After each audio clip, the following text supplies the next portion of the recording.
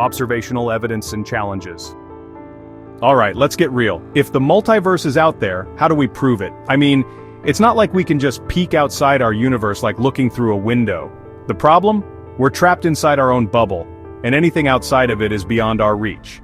But that hasn't stopped scientists from trying to find clues.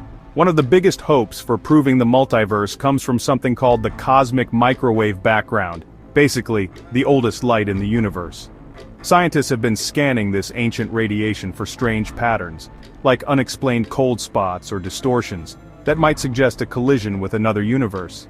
And guess what? Some astronomers believe they've already found one, a mysterious cold spot in the CMB that shouldn't be there. Could this be a scar left behind by another universe brushing against ours? Then, there's the idea of gravitational waves, ripples in space-time caused by massive cosmic events. Some researchers think that if universes are colliding, they might leave behind detectable gravitational waves that we could measure. The problem? The signals we're picking up are so faint that it's like trying to hear a whisper in the middle of a hurricane. And here's where things get even crazier.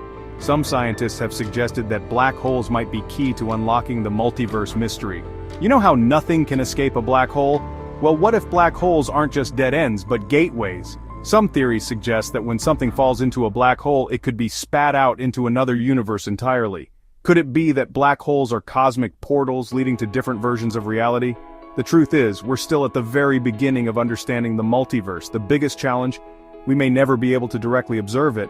It's like trying to prove there are other fish in the ocean while being stuck inside a single fishbowl. But just because we can't see it yet, doesn't mean it's not there.